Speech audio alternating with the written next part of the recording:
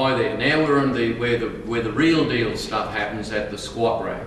Now, to do a correct squat, what I call a correct squat, where we're going right to the ground, just like an Olympic weightlifting squat, we're going to use the full range of muscles, the quadriceps, the hamstrings, and the glute muscles.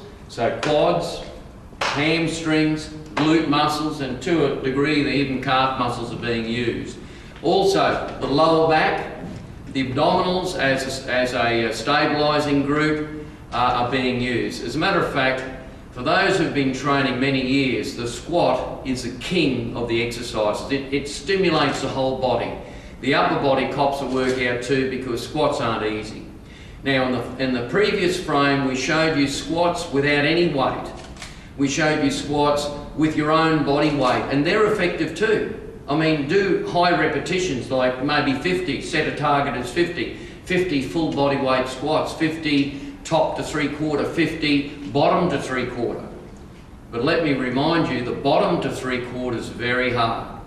So if you've built up, you can do at least 50 body weight squats, top to bottom, bottom to top, top down to 3/4. You're well on the road to doing squats with weights. Now, these are Olympic bars. Each Olympic bar weighs 20 kilos. Some ladies, they only use the bar. That's fine. It's a technique that I'm concerned with here. So here this is a relatively light bar. It's only 15 kilos, 30. It's a 50 kilo bar for demonstration purposes only. All right, now what we do, I've got a couple of loose weights down here to jack my heels up a little bit so that I keep perfect balance. Now with a free weight squat, I've got to stabilise a lot of things, and if I don't learn the techniques correctly like I did without any weights, then these become a little bit more difficult. We do have a couple of machines that do that, where they've got rails down the side. There are some that give you knee problems, some that don't. I recommend the Qld, I forget what it's called actually, the Qld supported squat machine. I just forget what it is now, but anyway, here we are on the free weight squat. Now, what I'm trying to do is put the bar on my trapezius muscle. There is a bone at the bottom of your neck that you shouldn't put the bar on. A lot of people put the bar on that particular vertebral bone, and it sits just above your shoulder blade, just above the trapezius muscle.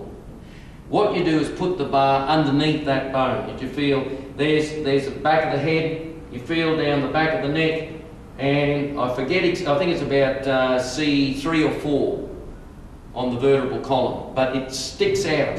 That one you avoid, you go underneath that one across the trapezius muscle, which I'll do. Now I'll put my shirt up and I'll step under here, and I'll feel that's going across the trapezius muscles and shoulders, right?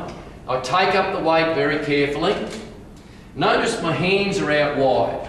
My hands are actually quite relaxed, so I'm not gripping in here like this. I've actually got them relaxed, and I've got them out wide. And when I've got them wide, it actually widens my shoulder to take the weight. Now the same principle applies. My feet are out around about 15 degrees, so the toes are splayed at 15 degrees. Now, there should be a spot in front of you. You keep your head up, and all the way down, down, and up. So when I'm doing squats, we breathe in at the top, say a half breath, and breathe out on the way up.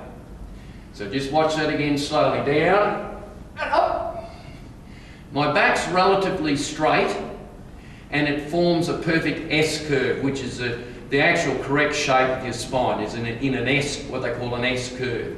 So here it is, we're squatting 10 to 15, and in a little breath in, half breath, hold it, and out. Okay, that's the squat.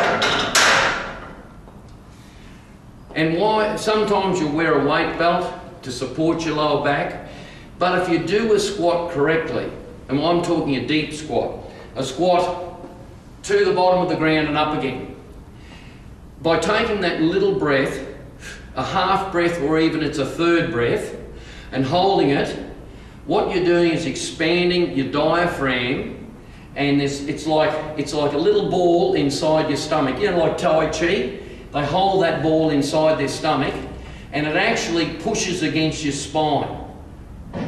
Along with a supportive belt, it keeps the lower part, the L1, 2, 3, 4 and 5 in your spine, very, very secure and supported.